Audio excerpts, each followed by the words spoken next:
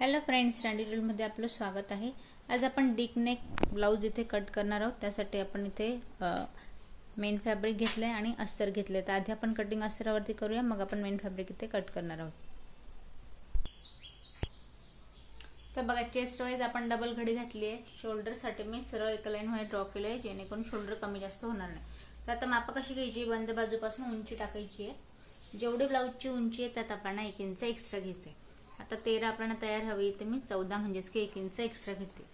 आता deep neck shoulder आहे, आपण 6 इंचाचं शोल्डर घेतोय। मुंड्याची जी उंची आहे या पॉइंट पासून मी घेते, या पॉइंटला 6.5 इंचावरती। त्यानंतर चेस्टचा चौथा पार्ट 36 इंचाचा चेस्ट घेर आहे, 9वर एक पॉइंट देऊया। इथून पुढे 1.5 इंचाची मार्जिन। तर बघा, आता इथे आपल्याला स्केलचं जे पॉइंट्स टाकले तिथे आपल्याला स्केलचा वापर करायचा।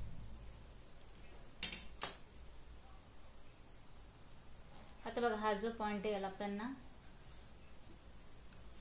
शोल्डर नुसार कसा आकार द्यायचा ते आपण बघणार आहोत। पण त्याआधी जसं की मी तुम्हाला म्हणते की आपला डीप नेक आहे, तर त्याच्यासाठी गळ्याचा घेरा जो आहे तो आपण घेतो इथे 3 इंचावरती। आणि आता बघ, गळा जो आहे तो आपला वाला या पॉइंटला 10.5 इंचावरती मी डीप नेक घेते। तयार होऊन 10 इंच आपला हा गळा येईल। तर आता इथे बघा, या पॉइंटला इथे आपण 3 घेतलंय, या पॉइंटला मी घेते 4 इंचावरती। खाली आपण याला पसरट घेतोय। आधी आपण एक बॉक्स बनवून घेऊया आणि मग त्यानंतर आपण गळ्याला इथे आकार देणार आहोत गोलाईमध्ये। आता बघ, या पॉइंट पासून कुठल्याही प्रकारचं कमी जास्त न करता याला या पद्धतीने आपल्याला गोल करायचं आहे, पसरट नाही। आता हे झाल्यानंतर हा पॉइंट इथे छोटा होतोय, तर याला गोलाई आता कशी द्यायची हे लक्षात घ्यायचं आहे। पाठीमागचा पार्ट आहे, या पॉइंट पासून 1.5 इंचावरती एक आपल्याला पॉइंट द्यायचा आहे। आता हा पॉइंट झाल्यानंतर जिथे की आपलं शोल्डर आहे, शोल्डरला आपल्याला टेपच्या 2 लाईन एवढं मी इथे आत जाते या पॉइंट पासून, आणि याला आकार या पद्धतीने द्यायचा।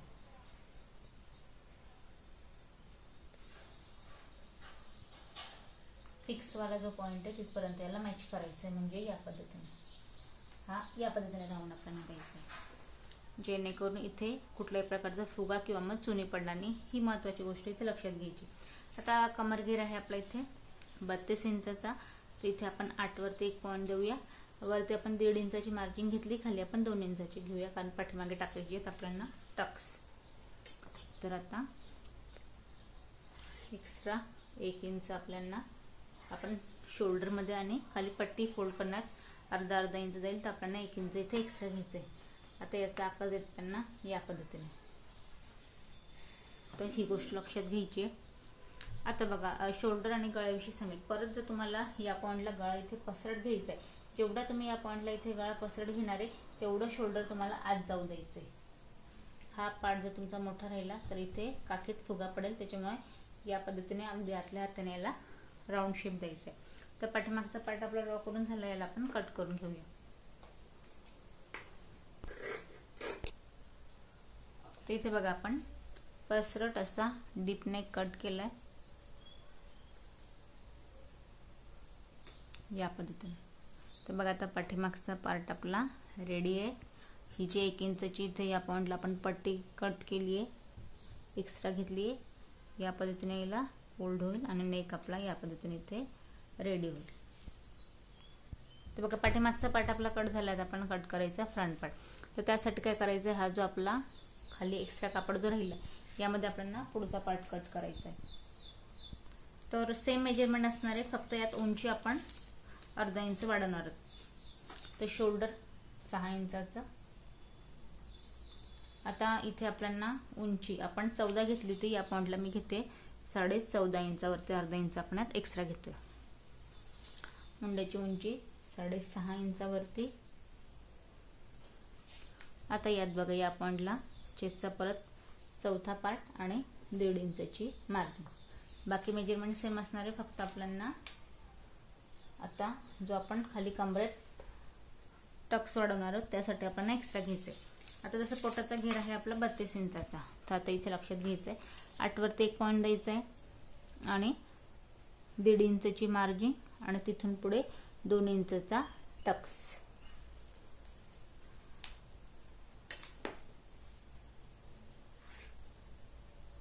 हे आपण एक्स्ट्रा घेणार आहोत. आता हा जो पॉइंट आहे, आता इथे बघा, इथे आपण 1.5 इंचाची मार्जिन घेतली. इथे परत आपल्याला अर्धा इंच एक्स्ट्रा घ्यायचंय.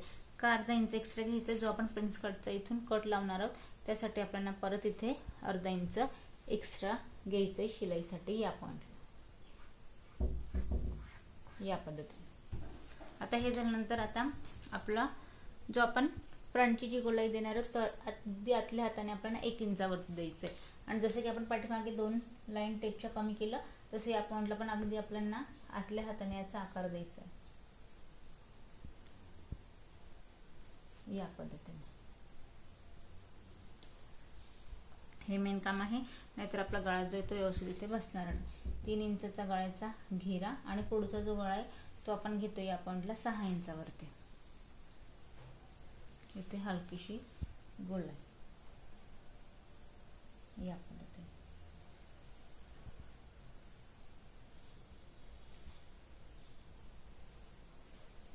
आता बघा, प्रिन्स कटचा टक्स आपल्याला लावायचा आहे.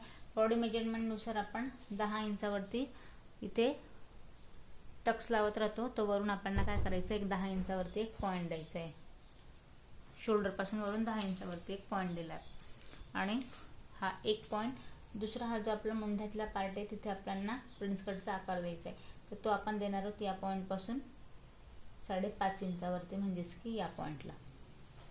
आता हे झाल्यानंतर 36 इंचाचा आपला ब्लाऊज आहे तर 3.5 इंचावरती आपल्याला या पॉइंटला मेजरमेंट घ्यायचं आहे. जो आपण 2 इंच एक्स्ट्रा घेतला तर 2 इंच इथे आपल्याला ठेवायचं आहे. 1 इंच या पॉइंटला, 1 इंच या पॉइंटला. सेंट्रल पॉइंटला एक पॉइंट द्यायचा आहे आणि इथे जो आपण वरून 10 घेतलाय तिथे आपल्याला त्या पॉइंटला सरळ लाईन ड्रॉ करायची. हा आपला उभा टक्स असणार आहे.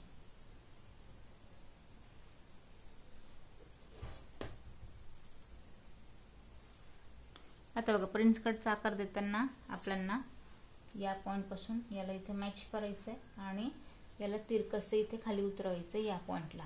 हा पार्ट आपला इथे कट होणार, तिरकस इथे उतरवायचा आहे.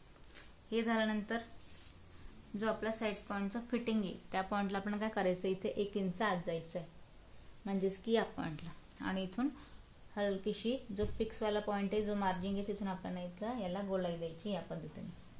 तो पुढचा पार्ट पण आपला इथे ड्रॉ करून झालाय. फक्त तुम्हाला आता आपल्याला हा जो आपला टक्स आहे याला आपल्याला कट करून घ्यायचं या पद्धतीने.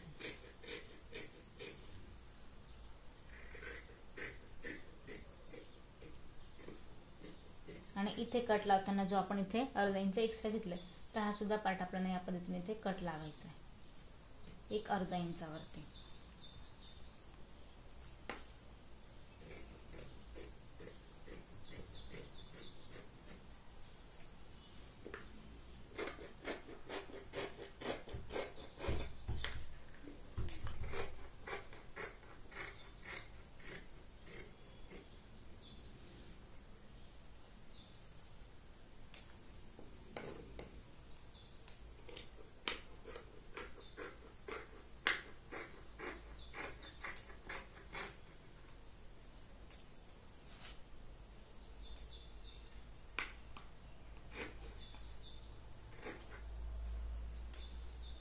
तर बघा, या पद्धतीने आपला हा जो प्रिन्स कटचा आकार आहे हा या पद्धतीने.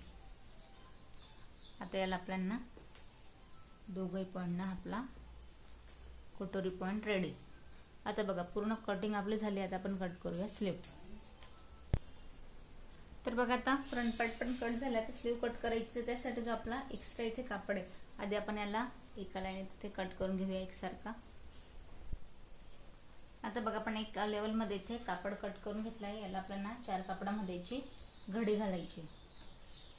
4 कापडात घडी घातल्यानंतर या पॉइंटला आपण बंद बाजू मी माझ्याकडून ठेवून घेते आणि खाली जे आहे ते आपण इथे मुंड्याचं, हे आपलं मुंड्याचं मेजरमेंट आहे त्याचा आपण इथे निमा पार्ट टाकायचा.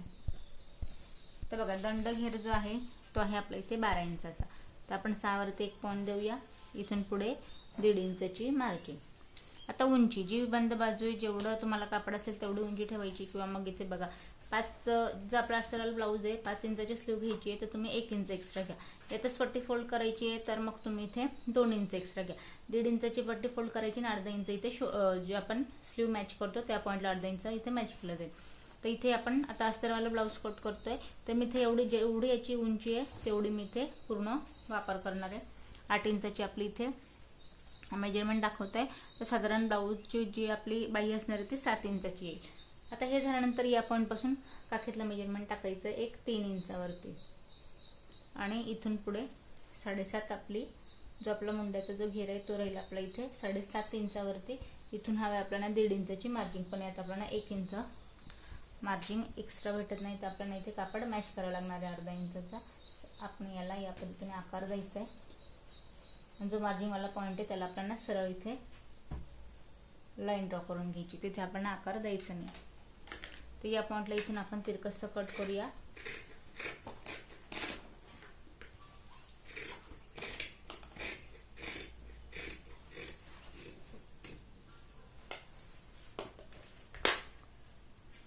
तर बघा या पद्धतीने आता स्लीव पण आपली कट झाली.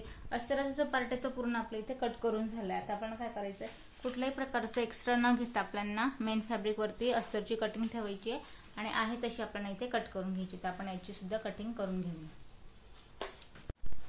तर इथे बघा आपण मेन फॅब्रिक सुद्धा इथे आपण कट करून घेतलंय. फक्त या पॉईंटला जर आपण गळ्यांची जी कटिंग आहे ती आपण अस्तराची केली, मेन फॅब्रिकची केली नाही. ज्यांना आपल्याला जर इथे पायपिंग वगैरे लावायची असेल तर आपण मॅच करून गळा इथे कट करू शकतो, नाही तर आपण यातच इथं गळा स्टिचिंग करताना उलटवून घ्यायचा आहे. तर आजच्या व्हिडिओत आपण पूर्ण इथे कटिंग बघितली आहे. नेक्स्ट व्हिडिओमध्ये आपण स्टेप बाय स्टेप इथे आपण स्टिचिंग पाहणार आहोत. या व्हिडिओत काही प्रश्न पडले असतील तर कमेंट्स करा.